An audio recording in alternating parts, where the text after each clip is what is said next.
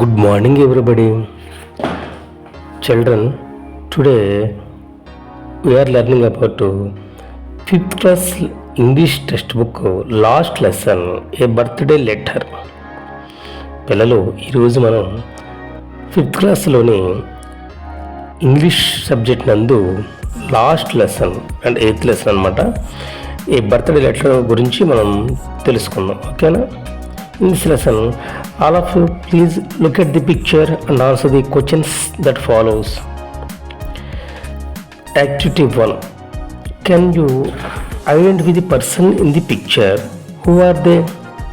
చూడండి, ఈ పైన కనబడుతున్న ఈ బొమ్మలో ఈ పర్సన్ ఎవరు, వీరి పేర్లు ఏంటి, మీకు ఏమైనా తెలుసా? చెప్పండి, వీళ్ళెవరు?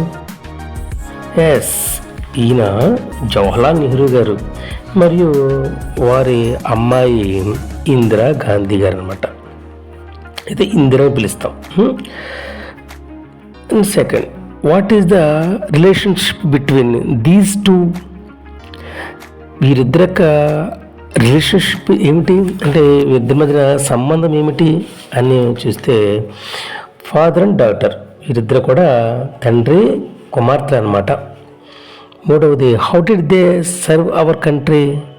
వీరు మన దేశానికి ఎటువంటి సర్వీస్ చేశారు అని చూస్తే they serve our country as a prime ministers. వీరిద్దరు కూడా మన దేశానికి ప్రధానమంత్రిగా పనిచేశారు. ప్రధానమంత్రిగా పనిచేసి ఎన్నో సేవలు అందించారు మన దేశానికి. Next, when do we celebrate the birthday of the person in the picture as children's day? ఈ పైన చూపిస్తున్న బొమ్మలో ఎవరు బర్త్డేని మనం బాలల దినోత్సవం జరుపుకుంటాము అని అడిగారు క్వశ్చన్. ఇందులో ఎవరు జరుపుకుంటాము? ఎస్, జవహర్లాల్ నెహ్రూ గారిది. జవహర్లాల్ నెహ్రూ గారి బర్త్డేనే మనం బాలల దినోత్సవం లేదా చిల్డ్రన్స్ డేగా జరుపుకుంటాం అన్నమాట. ఇప్పుడు వస్తున్నది నవంబర్ 14th. ఎందుకంటే మన నెహ్రూ గారికి చిన్నపిల్లలంటే ఎంతో ఇష్టం కాబట్టి వారి గుర్తుగా వారి బర్త్డేని మనం బాలల దినోత్సవంగా జరుపుకుంటాం, ఓకేనా?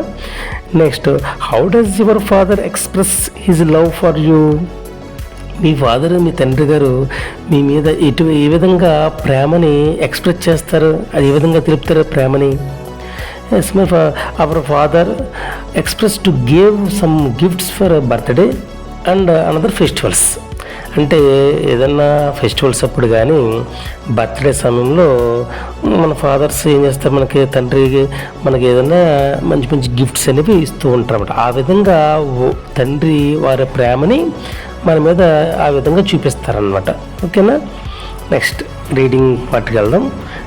ఈ లెసన్ అంతా చూస్తే ఇది ఒక లెటర్ అనేది నెహ్రూ గారు మరి స్వాతంత్ర పోరాటం సమయంలో ఆయన ఒక కారాగారంలో ఉండేవారు, ప్రిజన్ కారాగారంలో ఉండేవారు అన్నమాట. ఆ జైల్లో కారాగారంలో ఉన్నప్పుడు వారి అమ్మాయి బర్త్డే సందర్భంగా ఆ కారాగారం నుంచి ఒక లెటర్ని వారి అమ్మాయి అయిన ఇందిరాకి రాశారనమాట.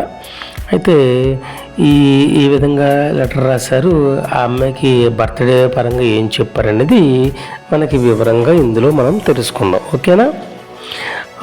చూడండి, సెంట్రల్ ప్రిజన్ 26 అక్టోబర్ 1930.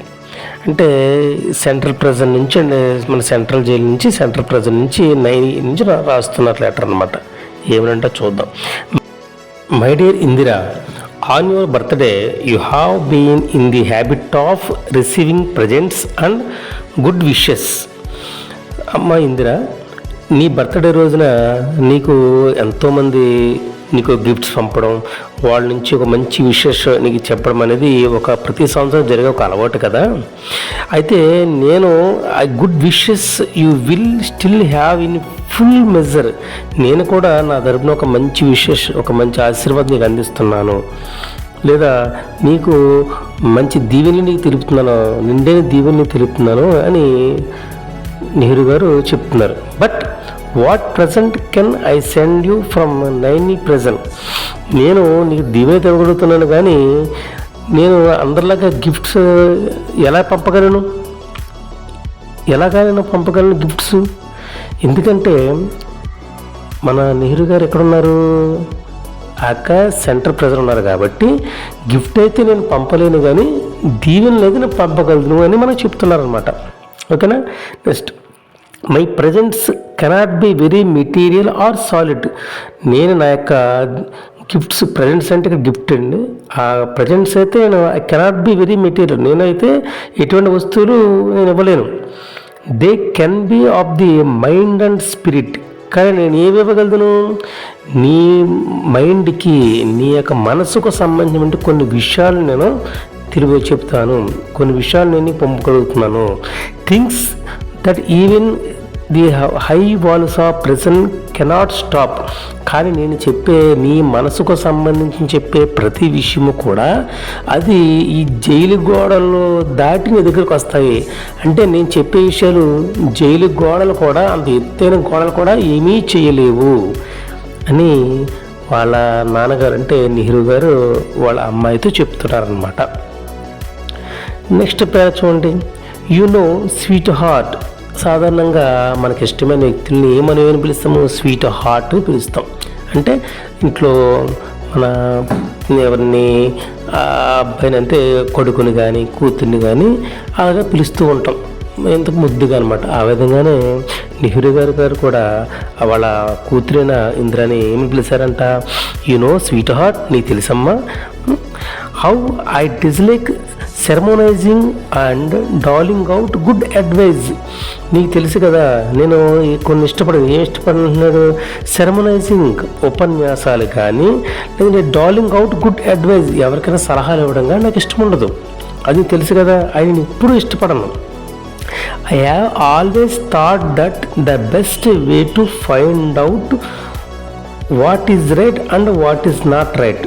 నేను ఎప్పుడు కూడా ఐ హ్యావ్ ఆల్వేస్, నేను ఎల్లప్పుడూ కూడా thought that the best way, నేను ఇప్పుడు ఒకటే ఆలోచిస్తాను, ఏమనంటే ఏది మనకి కరెక్టు, అంటే మనకి సరైన మార్గం ఏది, అదొకటి నేను గుర్తిస్తాను, దాన్ని మనం ఫైండ్ అవుట్ చేస్తాను, గుర్తిస్తాను. లేదా ఏదైతే మనకు మంచి మార్గమో అది నేను తెలుసుకుంటూ ప్రయత్నం చేస్తాను, అది దాని గురించి ఆలోచిస్తాను. కాబట్టి వాట్ ఈజ్ రైట్, ఏది right, and what is not right, ఏది కరెక్ట్ కాదు, అంటే మనకి ఏది నిజమైనది ఏది నిజం కాదనేది తెలుసుకోవాలి. And also what should be done and what should not be done. ఏదైతే నేను చేయగలను, మనం ఏం చేయగలము, లేదా what should not be done, మనం ఏదో ఏం చేయలేము.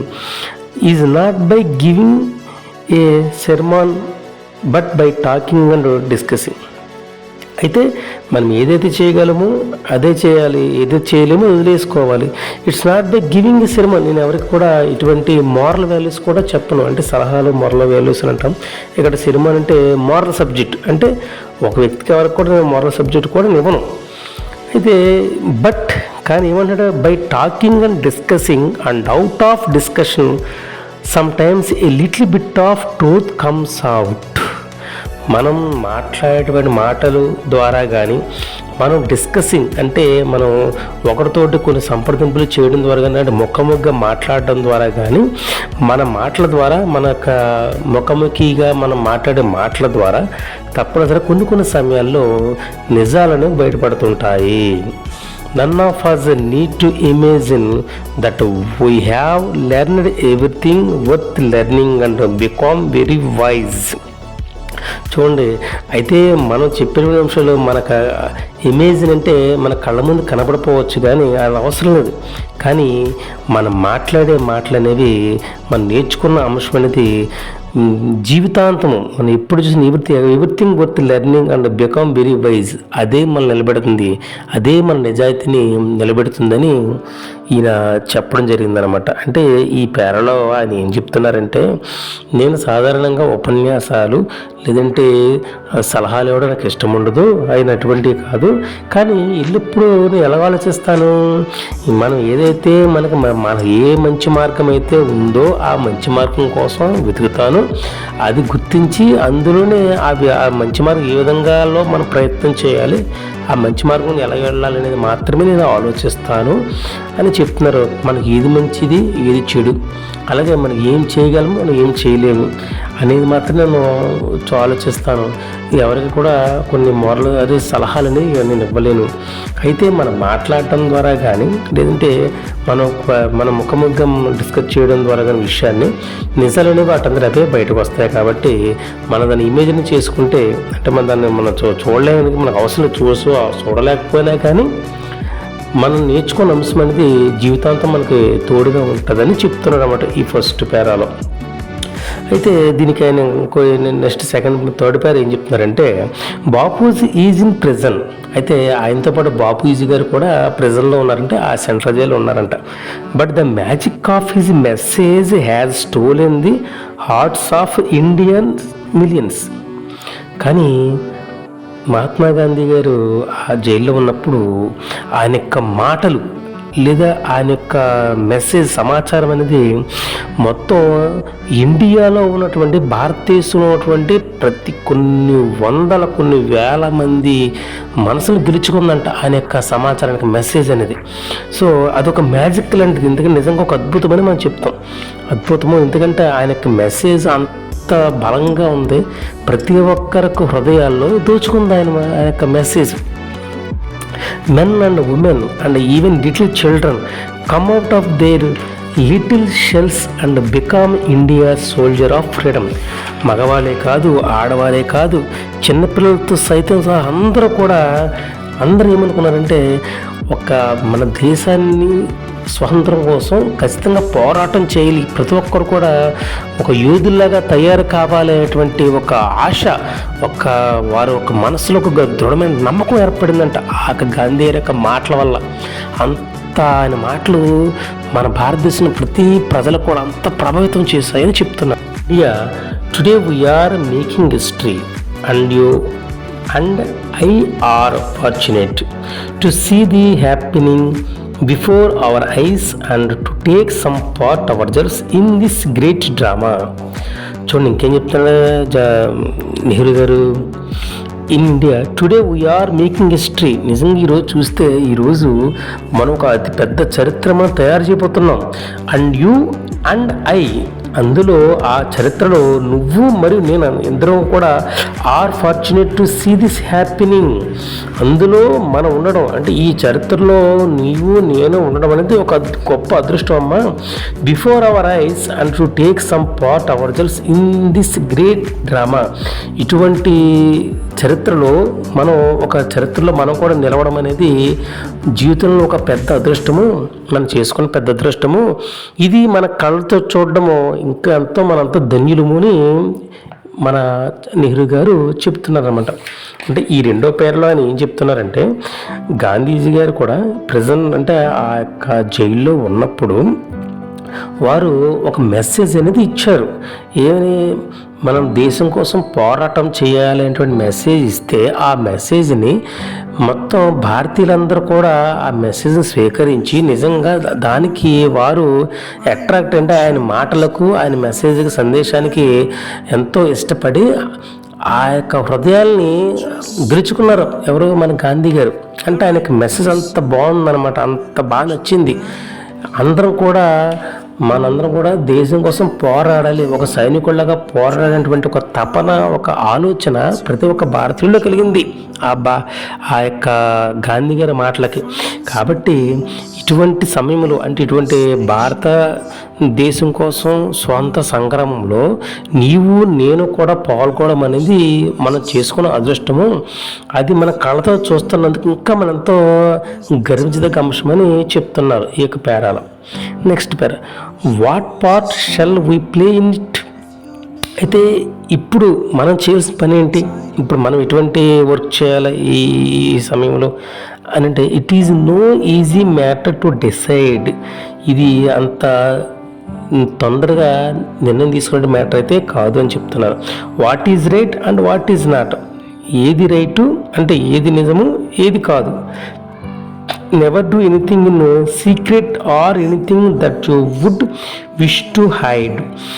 ఎప్పుడు కూడా ఎటువంటి సీక్రెట్స్ అంటే ఎటువంటి రహస్యాలు అనేవి ఉండకూడదు. ఇటువంటి రహస్యం అనేది ఎప్పుడు కూడా మనం దాచుకోకూడదు, ఇప్పుడు కూడా దాన్ని దాచి మనం ప్రవర్తించకూడదు. For the desire to hide anything means that you are afraid. ఒకవేళ కనుక మనకున్న ఆలోచనలు కనుక మనం దాచుకున్నట్లయితే, అటువంటి సీక్రెట్స్ కనుక ఏమైనా దాచుకున్నట్లయితే, లేదా అటువంటి రహస్యాలు కనుక మనం దాచుకున్నట్లయితే, దట్ యు ఆర్ అఫ్రైడ్, నువ్వు భయపడుతున్నట్లే. And fear is the bad thing and unworthy of you. అటువంటి భయం అంటే ఫియర్ కనుక నువ్వు నిజంగా ఉన్నట్లయితే అది ఒక బ్యాడ్ థింగ్, ఒక చెడ్డ అలవాటుగా మారిపోతుంది, అదొక చెడ్డ పని లాంటిది. మరియు అన్వర్తి ఆఫ్ యూ, అది సరైంది కాదు అని నెహ్రూ గారు చెప్తున్నారు వారి అమ్మాయికి. అంటే లెటర్లు రాస్తున్నారనమాట. Be brave and all the rest follows you. ఎల్లప్పుడూ ధైర్యంగా ఉండు, ఎల్లప్పుడు నువ్వు ధైర్యంగా ఉండు. Be brave and all the rest follows you. ఎప్పుడు కూడా నువ్వు మంచిని అనుసరించు. జీవితంలో కూడా అంటే రెస్ట్ ఫాలోస్ యూ అంటే చక్కని విధానాన్ని, అంటే ఆ ధైర్యాన్ని నువ్వు జీవితంతో కొనసాగించు అని చెప్తున్నారన్నమాట. You know that in our great freedom moment, నీకు తెలుసు కదా ప్రస్తుతం జరుగుతుండే ఈ గ్రేట్ ఫ్రీడమ్ మూమెంట్, ఇప్పుడు జరుగుతుంటే స్వతంత్ర సంగ్రామం యొక్క మూమెంట్లో under Bapuji's leadership there is no room for secrecy or hiding. మన గాంధీజీ గారు ఇప్పుడు జరుగుతున్నటువంటి స్వతంత్ర సంగ్రామంలో ఒక లీడర్షిప్ చేస్తున్నారు కదా, ఆయన నాయకత్వం వహిస్తున్నప్పుడు ఈ నాయకత్వ పటిమలో ఎప్పుడు కూడా ఆయన సీక్రెట్స్ అనేవి లేవు. సీక్రెట్స్ లేకుండా, ఏ రహస్యాన్ని ఉంచుకోకుండా ప్రతిదీ కూడా ఓపెన్గా అంటే బయలుపరుస్తున్నారు. కాబట్టి ఆయన అంత నాయకుడయ్యారు, అంత లీడర్షిప్ క్వాలిటీస్ ఆయన సంపాదించారు అని చెప్తున్నారు అన్నమాట. We have nothing to hide, ఎటువంటి ఏమీ కూడా ఆయన దాచుకోలేదు, ఏమీ దాయలేదు. వీఆర్ నాట్ అఫ్రైడ్, కాబట్టి మనం కూడా ఎలా ఉండాలి, భయపడుతూ ఉండకూడదు, భయం లేకుండా బ్రతకాలి. We are not afraid of what we do or what we say. మనము ఇటువంటి దాపరగా ఉండకూడదు, ఏం దాచకూడదు, అలాగే ఏమీ కూడా మనం భయపడకూడదు. అయితే వాట్ వీ డూ, మనం ఏం చేయగలం అదే మనం చేయాలి. వాట్ వీ సే, మనం ఏం చెప్పగలమో అదే మనం చెప్పాలి. We work in the sun and in the light. ఎప్పుడు కూడా మనం వర్క్ ఎక్కడ చేయలేదు, సన్ అంటే ఇక్కడ ఇన్ ది లైట్ అంటే సన్ అంటే సూర్యుడి కింద చేయమని అర్థం. ఇక్కడ మనం ఎప్పుడు కూడా నిజాయితీగా ఉండాలి, వెలుతురులోనే పనిచేయాలి. అంటే రహస్యం అనేది దాయకూడదు అని ఇక్కడ చెప్పారు. అందుకు నన్ను ఏమవాడారంటే work in the sun and in the light అన్నారు. అంటే సన్ అంటే ఏంటి, వెలుతురు, లైట్ అనే వెలుతురే కదా. వెలుతురు అంటే ఎప్పుడు కూడా సూర్యుడు దాచిపడితే ఏమవుతుంది, చీకటి అయిపోతుంది. అంటే రహస్యాలు అనేవి మనలో రహస్యం ఉంటే మనం ఎప్పుడు చీకటిగా ఉన్నట్టే లెక్క. ఎప్పుడైతే మనం సూర్యుడిలాగా వెలుతురుగా వెలుగును పొందుతున్నామో మనకి ఎటువంటి దాపరికం లేదు, ఎటువంటి రహస్యాలు మనలో లేవని అర్థం అన్నమాట. ఆ రకంగా ఇక్కడ ఈ యొక్క సెంటెన్స్ వాడారు. Even so in our private lives let us make friends with the sun and work in the light and do nothing secretly and if you do so. ఒకవేళ నీ ప్రైవేట్ లైఫ్, నీ యొక్క వ్యక్తిగత జీవితంలో కూడా నువ్వు ఫ్రెండ్స్ని కూడా మంచి ఫ్రెండ్స్ని తయారు చేసుకో. ఎటువంటి ఫ్రెండ్స్ అయి ఉండాలి, వాళ్ళు నిజాయితీగా, వాళ్ళు కూడా ఎక్కడ చేయరు, sun and work in the light, వాళ్ళు కూడా ప్రకాశవంతమైన జీవన విధానాన్ని గడిపే వ్యక్తులతోటే నువ్వు సహవాసం చేయి, అటువంటి వ్యక్తుల్ని ఫ్రెండ్షిప్ చేసుకో. అంతేగాని రహస్యంగా ఉండేటువంటి వ్యక్తుల్ని, రహస్యంగా చీకట్లో ఉండేటువంటి వ్యక్తులతోటి నువ్వు ఫ్రెండ్షిప్లు చేయొద్దు, అటువంటి వాళ్ళు ఫ్రెండ్స్గా తయారు చేసుకోవద్దు అని కూడా ఆయన చెప్పారు. My dear, you will grow up a child of the light. నువ్వు ఆ విధంగా కనుక నువ్వు ఉన్నట్లయితే నువ్వు చిన్న వయసు నుంచి మంచి వెలుతురుగా ప్రకాశవంతమైన జీవితాన్ని నువ్వు పొందుతావు. నువ్వు వెతికి కొలది ప్రకాశవంతమైన జీవితాన్ని నువ్వు పొందుతావు అని చెప్పారు. Unafraid and serene and unruffled whatever may happen. చూడండి ఇక్కడ చెప్పాడు, అన్అఫ్రైడ్, భయం అనేది ఉండకూడదు, ధైర్యంగా ఉండాలి. రెండోది సెరేన్, నీ మనసు నిర్మలంగా ఉండాలి, ప్రశాంతంగా ఉండాలి. అండ్ అన్రఫ్లెడ్, ఒక క్రమ పద్ధతిలో నువ్వు ఒక క్రమ పద్ధతిగా ఉండాలి తప్ప క్రమరహితంగా ఉండకూడదు అని చెప్పారు. ఇక్కడ ఏంటంటే అన్అఫ్రైడ్, భయాన్ని నువ్వు వదిలేసేయాలి. అన్అఫ్రైడ్ అండ్ సెరెన్ అంటే నిర్మలంగా ఉండాలి. అన్రఫ్లడ్ ఒక క్రమ పద్ధతిలో వెళ్ళాలి కానీ క్రమం తప్పి నువ్వు ఎప్పుడు కూడా వెళ్ళకూడదు. ఇవన్నీ ఉన్నప్పుడే మన జీవితం అనేది చాలా హ్యాపీగా ఉంటుందని ఆయన చెప్పడం జరిగిందనమాట. అర్థమైందా? అయితే ఇక్కడ next last para, I have return a very long letter to you. ఇది నేను ఈ లెటర్ చాలా పెద్దగా అయిపోయింది, పెద్దగా ఉంది, నేను రాసే లెటర్ చాలా పెద్దగా ఉంది అనుకుంటా. And at there is so much I would like to tell you. నేను ఇంకా నీకు ఏదో చెప్పాలనుకున్నానమ్మా, నేను ఇంకా ఏదో నీకు ఎంతో ఆశపడుతున్నాను, కానీ లెటర్ అనేది ఏమైంది, చాలా పెరిగిపోయింది, పెద్ద అయిపోయింది, అంటే ఇంకా బాగా ఎక్కువ పేజీలు అయిందని అర్థం అనమాట. హౌ కెన్ ఈ లెటర్ కంటిన్యూట్, కానీ నేను చెప్పే అంశము లెటర్ సరిపోతుందా, లెటర్ సరిపోతుందా, నేను ఇంకెలా చెప్పాలి? ఒక లెటర్లో నేను అన్ని విషయాలు చెప్పలేను, కానీ చెప్పాలనుకున్న విషయం చాలా ఉంది, కానీ ఈ ఒక్క లెటర్ అన్ని విషయాలు చెప్పలేను. Good bye little one and may you grow up into A Brave soldier in India service. నువ్వు జాగ్రత్తగా ఉండమ్మా, నువ్వు బాగా ఎదగాలి, ఒక మంచి పొజిషన్లో నువ్వు రావాలి. రెండోది ఏంటి, ధైర్యంతో ఉండి ఈ యొక్క మన ఇండియా కోసం ఒక సైనికురాలాగా పనిచేయాలని ఆయన చెప్పడం జరిగిందనమాట. With all my love and good wishes your loving father JL Nehru, Jawaharlal Nehru గారు. కాబట్టి ఆ అమ్మాయికి దీవెనలు ఇచ్చి గుడ్ విషెస్ అమ్మని ఆ అమ్మాయిని ఆశీర్వదించి ఇట్లు మీ ఫాదరు జవహర్లాల్ నెహ్రూ గారిని రాశారనమాట. అర్థమైందా? ఇందులో ఈ యొక్క లెసన్ ద్వారా నెహ్రూ గారు ఏం చెప్పారంటే వారి అమ్మాయికి ఇప్పుడు కూడా ధైర్యంగా ఉండాలి, ధైర్యంతోనే నువ్వు ముందుకు నడవాలి, నిర్మలమైన మనస్సు కలిగి ఉండాలని చెప్పారు. అలాగే ఎప్పుడు కూడా ఒక క్రమ పద్ధతిలోనే ఒక క్రమం అనుసరించి నువ్వు జీవితాన్ని ముందుకు నడవాలని చెప్పారు. రెండోది, ప్రకాశవంతమైన జీవితం నువ్వు ఉండాలంటే రహస్యాలను మాత్రం విడిచిపెట్టాలి, ఏది కూడా రహస్యంగా ఏది కూడా దాయకూడదు, ఇప్పుడు కూడా బహిరంగంగానే మాట్లాడాలి, బహిరంగంగా ఈ యొక్క అంశాలను తెలియజేయాలి. అప్పుడే నువ్వు ఒక మంచి లీడర్షిప్ అంటే ఒక మంచి నాయకత్వ లక్షణాలను పొందుతావు అని ఈ లెసన్ ద్వారా ఇందిరాకి చెప్పారు. Thank you.